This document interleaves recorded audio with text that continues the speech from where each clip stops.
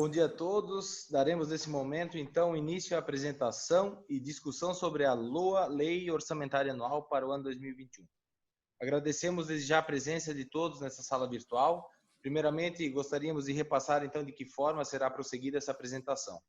A apresentação será realizada, então, pelo assessor contábil do município de Doutor Pedrinho, senhor Hélio de Vigílio, da empresa .gov Sistemas. Quaisquer questionamentos, dúvidas ou sugestão deverão ser feitos pelo endereço www.doutorpedrinho.sc.gov.br na aba Acesso à Informação, na abinha Nova Solicitação ou aqui pelo chat. Passamos agora, então, a palavra para o assessor contábil Hélio de Vigílio. Obrigado, Tarcísio. Bom dia para todos que estão nos ouvindo, né? Todos os internautas aí que estão acompanhando. A gente vai começar agora, então, uma pequena explanação aí da Lei Orçamentária Anual aí para o exercício de 2021, até que foi elaborada pelo contador, o Vanderlei. Está muito bem elaborado, inclusive. A gente vai dar, então, uma pequena explanação, né? Obedecendo aos princípios legais, principalmente da lei de responsabilidade fiscal, que exige que a gente faça esse tipo de audiência. E, em tempos atrás, isso era feito presencialmente, mas com a questão dessa pandemia do Covid, aí, os municípios optaram por fazer essas audiências públicas por videoconferência. Então, a gente vai começar sobre a LOA de 2021. Vamos lá, então. Aqui a gente tem umas fundamentações legais, né? O artigo 65 da Constituição, que ele estabelece sobre as questões do plano plurianual, a LDO, que são as diretrizes orçamentárias, e, por fim, os orçamentos anuais. Aí a gente tem o parágrafo 5º, que diz que a lei orçamentária anual compreenderá o orçamento fiscal referente aos poderes da União, seus fundos, órgãos e entidades de administração direta e indireta, inclusive fundações instituídas e mantidas pelo poder público.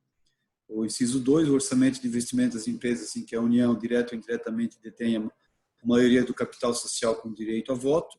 E o inciso 3º, o orçamento da Seguridade Social, abrangendo todas as entidades e órgãos a ela vinculados da administração direta ou indireta, bem como os fundos e fundações instituídos e mantidos pelo poder público.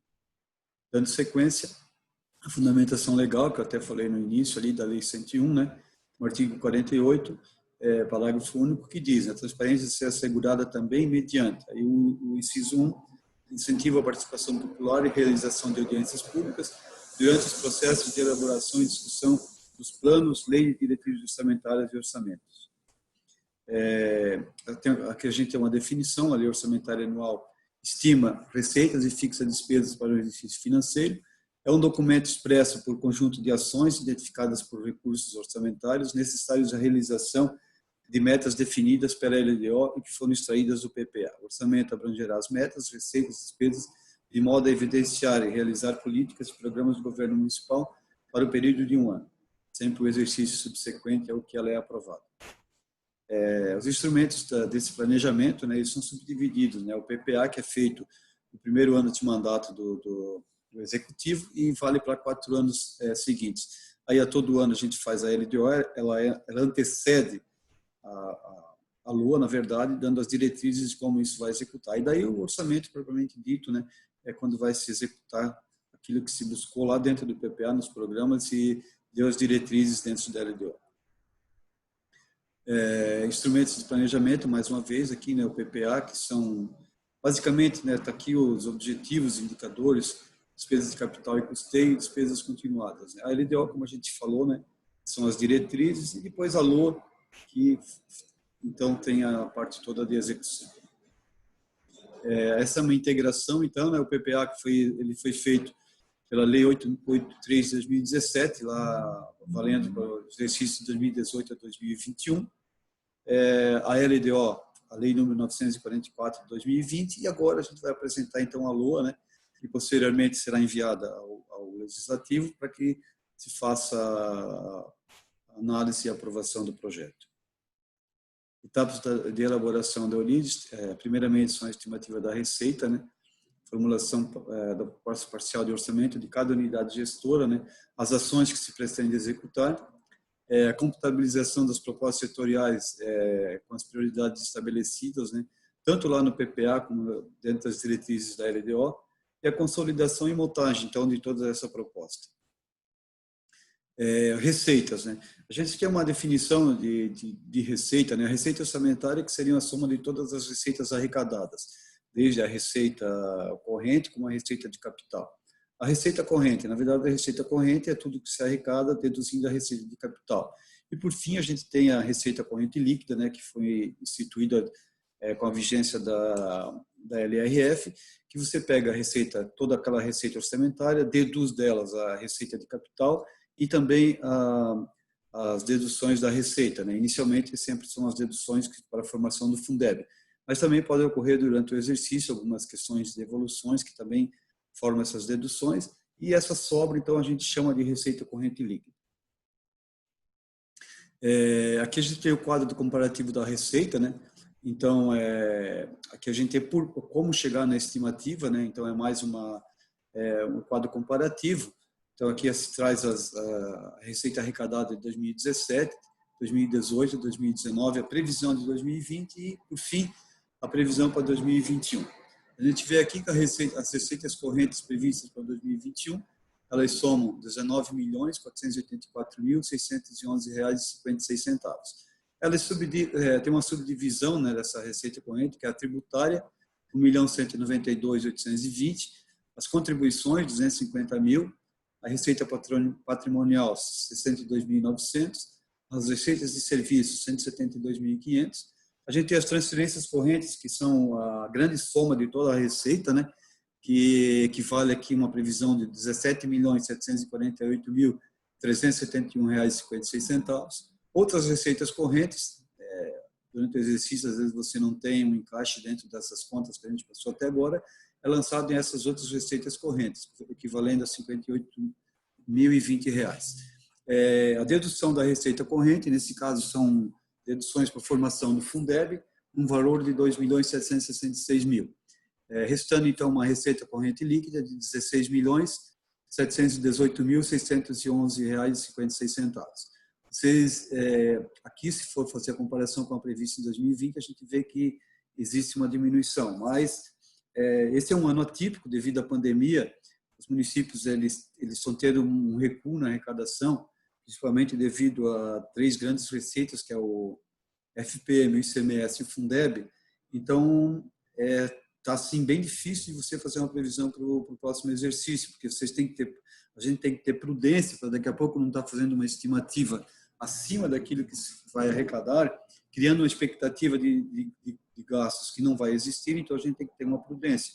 Então, por isso que aqui a gente está fazendo até uma previsão menor do que aquilo que foi arrecadado em 2019, porque a gente não sabe efetivamente até que ponto essa pandemia vai interferir nas receitas que a gente vai arrecadar no próximo exercício. Aí abaixo aqui a gente tem a receita de capital, então, com a previsão de R$ 7.353.478,75. Tudo isso dentro de transferências de capital. Então, somando uma receita orçamentária de R$ 24.072.090,31. Aqui também é um gráfico ilustrativo, né, onde ele separa aqui as principais receitas, né, a receita tributária, a receita de serviços, receitas de contribuição, transferências correntes, transferências de capital, receita patrimonial e outras receitas correntes. Aqui ele dá uma visão, né, separando aqui em fatias de o que cada receita dessa representa dentro da formação do total daquela receita orçamentária. A gente vê aqui, né, que o azul, que são transferências correntes, é a grande fatia do município, né? Aqui, inclusive, são inseridas a receita do FPM, do ICMS e do Fundeb. São as três maiores receitas do município. Dando sequência, que a gente tem um quadro evolutivo das receitas, né? Aqui está a receita orçamentária. Então, a gente vê aqui que em 2017, a gente teve uma arrecadação de R$ 14.064.618,47. 2018 passou para 16.657.678,84. 2019 para 18.071.851,67. 2019, né, 2020 é a prevista, né, de 26.944.977,21. E 2021 também é prevista de R$ 24.072.090,31. Lembrando vocês sempre que esses valores aqui, eles estão de previsão, eles estão bem acima daquelas receitas arrecadadas, mas o que faz muita diferença aqui é a receita de capital, porque a receita de capital, inicialmente, ela é uma previsão de você buscar, né, para investimento no município, receitas, principalmente as vindas da União. Então, são projetos que eles têm que ser elaborados, tem que ser feito um caminho árduo até Brasília, lutar por isso, e muitas vezes você acaba não conseguindo realizar essas receitas. Então, elas estão previstas, mas não se realizam. Então, basicamente, essas receitas realizadas, elas têm também receita de capital, mas num volume menor. Então, por isso que essa diferença na previsão. Aplicação dos recursos por órgãos. Então, essa previsão de receita que a gente faz, em cima disso é fixada uma despesa, e essa despesa é distribuída dentro de cada secretaria e fundação e fundo, e dentro da Câmara de Vereadores também, e nos fundos. Né? Por exemplo, a Câmara de Vereadores é uma previsão de despesa para o próximo exercício de 720 mil, ou seja, 2,99% de todo o orçamento do município. O gabinete do prefeito, 429 mil, representando 1,78%. A Secretaria Municipal de Administração e Finanças corresponde a R$ 2.820.650, 11,72% do orçamento.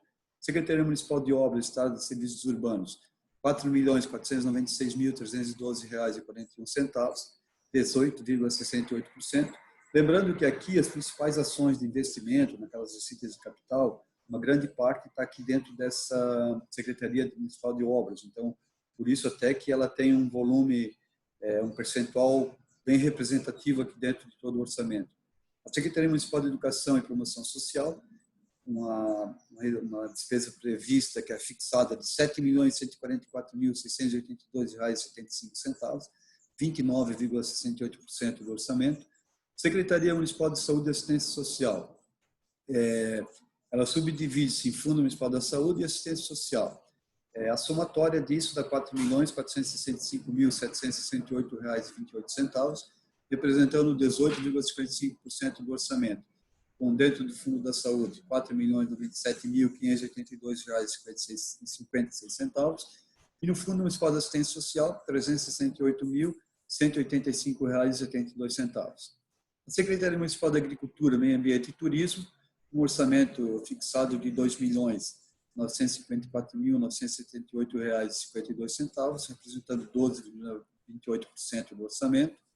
A Secretaria Municipal de Desporto e Cultura, subdividida em duas unidades, que é Cultura e Desporto, a sua somatória de R$ 1.015.698,35, 4,22% do orçamento, sendo que a cultura detém R$ 135.698,35 e o desporto está fixado na despesa de R$ 880 mil.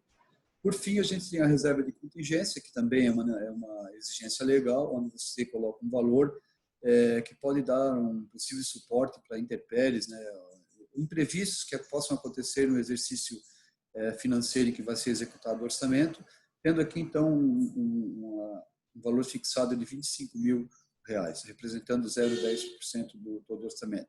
Total da despesa, então, R$ 24.072.090,31, correspondendo exatamente àquela receita que foi previamente prevista. Dando sequência, aqui a gente depois tem uma subdivisão, as despesas por função de governo, né? Então, além daquela abertura que a gente faz por secretaria, por órgão, também isso existe funções e subfunções. Essas funções de governo, então, nessa divisão aqui. Então, a gente tem a função legislativa, 720 mil, a função administrativa, R$ 2.933.650, a assistência social, né? Daí a gente tem as somatórias ali, que são pessoal em cargo, são as contas de despesa. Estou passando para vocês a somatória final, ali, o total geral. A assistência social, então, R$ 368.185,72. A saúde, R$ 4.097.582,56. Educação, R$ 719.682,75. Cultura, 160, 698,35. Direitos da cidadania, 15 mil. Urbanismo, 3.743, 312,41. Saneamento, 502 mil. Gestão ambiental, R$ 281.591,49. Agricultura, R$ 2.576.200. A indústria, 6 mil, desculpa. Comércio e serviços, R$ 97.187,03. Transportes, 251 mil. Desporto e lazer, 880 mil. Encargos especiais, 295 mil. E aí a reserva de contingência, 25 mil. Totalizando, então, aquela somatória anterior, que a gente já viu das despesas fixadas, de R$ 24.072.090,31. Seguindo aqui, a gente tem as metas da educação, né? Então, também existe na Constituição uma exigência de que o município aplique de determinadas receitas, no mínimo 25%. Essa receita base, então, ela está aqui, ela soma para o próximo exercício R$ 15.529.100. 25% disso, que seria a aplicação legal mínima, R$ 3.882.275, e o município está prevendo aplicar 27,01%, ou seja, R$ 4.195.096. Então, a demanda do município, dentro da prestação de serviços na educação, ela exige que o município aplique, além de outros recursos vinculados e que não computam aqui para essa parte da legislação, um valor maior do que aquele mínimo previsto, né? Ou seja, uma aplicação maior de R$ 312.821 a previsão para o próximo exercício.